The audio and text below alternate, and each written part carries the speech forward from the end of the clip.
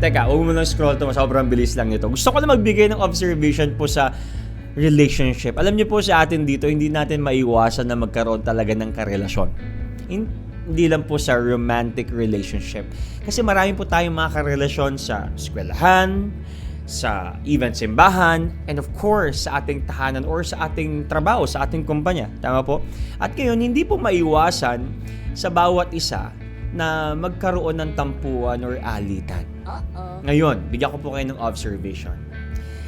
Di ba po meron kayong cellphone, may mga smartphones po kayo. At dun sa keyboard ninyo, meron po dyang default setting na kapag dinoble space mo, period agad.